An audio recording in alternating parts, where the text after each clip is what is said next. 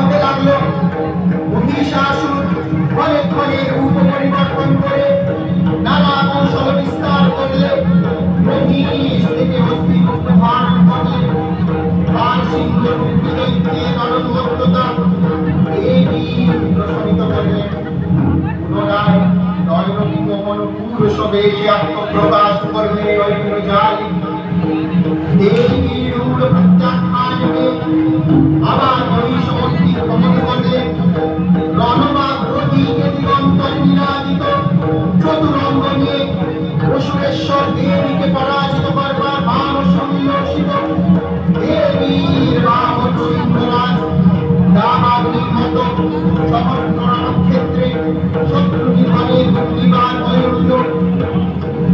নানা প্রহরণ ধারিণী দেবী দুর্গা মধুপান করতে করতে মহিষাসুরকে সদম্বে বললেন, গর্জ গর্জ শরঙ্গুণ মধুয়া ভক্তিমাম্যহং মায়াত্ময়ী হতেত্রৈব গর্জিষ্যন্তাসু দেবতা।